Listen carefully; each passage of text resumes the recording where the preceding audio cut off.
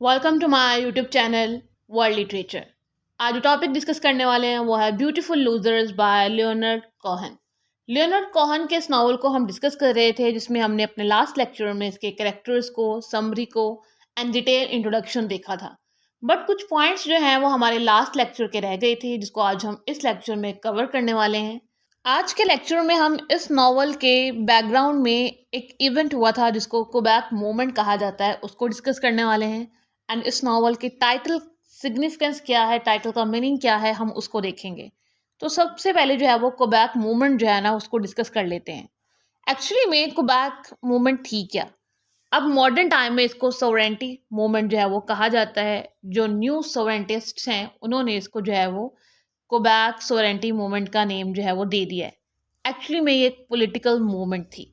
अब ये political movement इस चीज़ के लिए थी कि जो कोबैक है उसको कनाडा से फ्रीडम मिलनी चाहिए, इंडिपेंडेंस मिलनी चाहिए।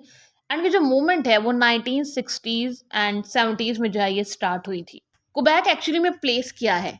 कोबैक वो प्लेस है जो कि कनाडा में टेरिटरीज थी, उनमें से एक टेरिटरी जो है ना वो कोबैक भी थी। और ये कनाडा की सेंट्रल प्लेस है, या फिर हम लोग कह सकते हैं कि सेंट्रल एरिया है कोबैक, जहाँ पे जो है ना वो बहुत बड़ी तादाद में जो है लोग रहते हैं। अब होता क्या है कि कनाडा में जो है वो एंग्लोफोन्स कैनेडियन भी रह रहे थे एंड फ्रेंच कैनेडियंस भी जो है वो रह रहे थे। एंड थर्ड जो थी कम्युनिटी वो थी फर्स्ट नेशन। फर्स्ट नेशन उसको कहते हैं जो कि ऑलरेडी एक कंट्री के रेजिडेंट्स हों, मींस के जिनकी बर्थ भी वहीं हुई हो और उनकी आइडेंटिटी भी वही कंट्री हो। अब ये जो एंग्लोफोन्स कैनेडियन है, ये एक्चुअली में वो थे जो ब्रिटिशर्स आए थे कनाडा ने, जिन्होंने आने के कॉलोनाइज किया था, ये उस कम्युनिटी में से हैं। एंड ये जो फ्रेंच कैनेडियंस हैं, ये वो हैं जिन्होंने कनाडा में आके न्यू फ्रेंच कम्युनिटी बनाई थी। एंड इनकी जो लैंग्वेज है वो फ्रेंच है। एंग्लोफोन्स कैनेडियन जो है वो इनकी लैंग्वेज जो है वो इंग्लिश है। अब ये तीनों कम्युनिटीज जो है ना वो यहाँ पे कनाडा में रह रही हैं। अब इनमें से जो फ्रेंच कैनेडियंस हैं इनको हो गई है जो प्रॉब्लम। इनको प्रॉब्लम क्या हुई है कि हमें अपना कल्चर चाहिए, हमें अपनी फ्रेंच लैंग्वेज को बोलने की परमिशन चाहिए। एंड हमें जो है ना वो अपनी कम्युनिटी को ग्रो करना है, हमें अपनी इकोनॉमिक कंडीशन बेटर करनी है, या फिर हमारी जो इकोनॉमिक वैल्यू है वो डाउन जा रही है और हमारी जो सिचुएशन है वो वर्स्ट से वर्स्ट होती जा रही है। एंड इसी वजह से कोबैक मूवमेंट जो है वो शुरू होती है। एंड इसको अब हम अपने नॉवल से रिलेट कर लेते हैं, जो कि ब्यूटीफुल लूजर्स जो है हम नॉवल डिस्कस कर रहे थे। ब्यूटीफुल लूजर्स नॉवल है, इसको भी 1960s के टाइम पे लिखा गया था। एंड कोबैक मूवमेंट भी जो है वो 1960s के टाइम पे ही हो रही थी। इसी वजह से इस नॉवल के हिस्टोरिकल कॉन्टेक्स्ट में कोबैक मूवमेंट जो है वो आ जाती है। अब क्या होता है कि लियोनार्ड ने जो है ना वो इस नॉवल में हमें ये दिखाया है कि जो फर्स्ट नेशन लोग थे जो कि ऑलरेडी कनाडा में रह रहे थे, जो इनकी नेशनैलिटी ही जो है वो कनेडियन थी, अब वो भी जो है वो ओप्रेस्ड हो रहे थे जब बाहर की कम्युनिटीज़ आती हैं, जैसे कि फ्रेंच कनेडियन आए, एंग्लोफोन्स कनेडियन आए, या फिर जो जिन्होंने भी इनको कॉलोनाइज किया था फर्स्ट नेशन को। अब ये तो ऑप्रेस्ड हो ही रहे थे। अब इनके साथ जो फ्रेंच कनेडियंस थे, अब इस टाइम तक आते आते वो भी ऑप्रेस्ड होना शुरू हो गए थे। बट डिफरेंट यहाँ पर क्या है, फर्स्ट नेशन जो है वो कॉलोनाइज्ड हुई थी, उनको मीन्स कि उनके ऊपर ऑपरेशन किया गया था। लेकिन जो फ्रेंच कनेडियंस हैं उन्होंने आके यहाँ पे न्यू फ्रेंच कम्युनिटी जब बनाई थी कनाडा में, वो यहाँ पे क्या आए थे, कॉलोनाइज करने आए थे। वो यहाँ पे ऑपरेशन को क्रिएट करने आए थे। अब ऑपरेशन को क्रिएट करने के बाद अब खुद भी जो है वो ऑपरेस होना स्टार्ट हो गए हैं।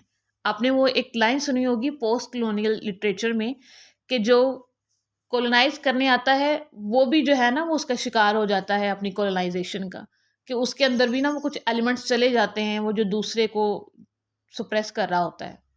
सो फ्रेंच कनेडियंस जो है ना वो भी ऑपरेशन में जो है वो पार्ट रहे होते हैं हिस्ट्री में।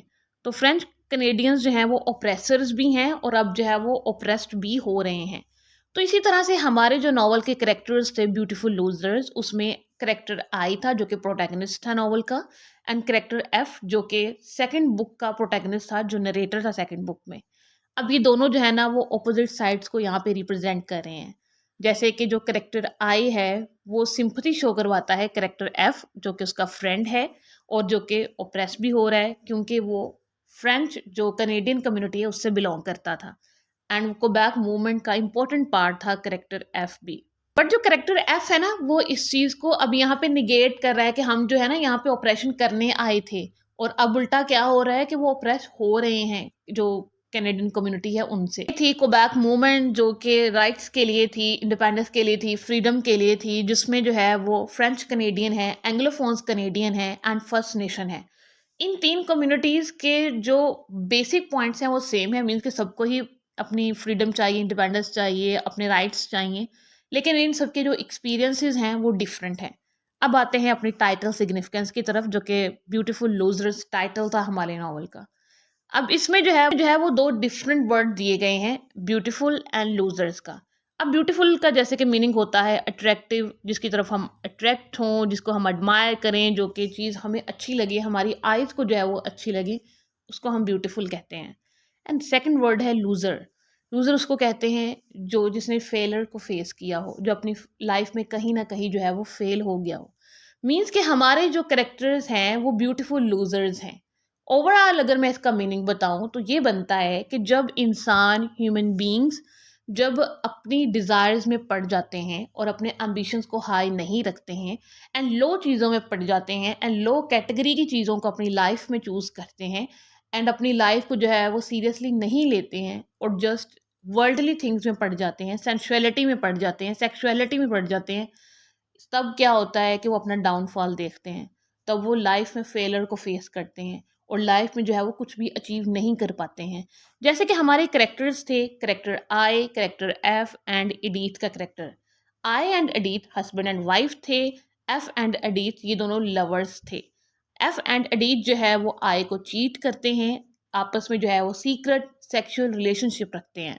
ये तीनों कैरेक्टर जो कि ब्यूटीफुल हैं बट ये लूजर्स भी हैं, क्योंकि इन्होंने अपनी लाइफ में जो है वो कोई ऐसी अचीवमेंट नहीं की जिससे जो है वो हम प्राउडली कह सकें कि इस नॉवल के कैरेक्टर्स जो हैं वो बहुत स्ट्रॉन्ग थे, ब्रेव थे, इंटेलिजेंट थे, बल्कि वो ब्यूटीफुल लूजर्स थे जिन्होंने अपनी सेंसुअलिटी की वजह से, सेक्सुअलिटी की वजह से, अपनी डिज़ायर्स की वजह से, जस्ट वर्ल्डली थिंग्स के लिए और अपने मिसकॉन्सेप्शन की वजह से खुद को जो है ना वो फेलर में डाला। यहाँ तक था हमारा आज का लेक्चर, जिसमें हमने क्वेबेक मूवमेंट को एंड इस नॉवल के टाइटल को जो है वो डिस्कस किया। आई होप कि अब ये जो नॉवल है वो आपको समझ आ गया होगा। वीडियो को लाइक और शेयर और चैनल को ज़रूर सब्सक्राइब कीजिएगा एंड जो नॉवल का फर्स्ट पार्ट है उसका लिंक जो है वो आपको डिस्क्रिप्शन में मिल जाएगा। Thanks for watching my channel.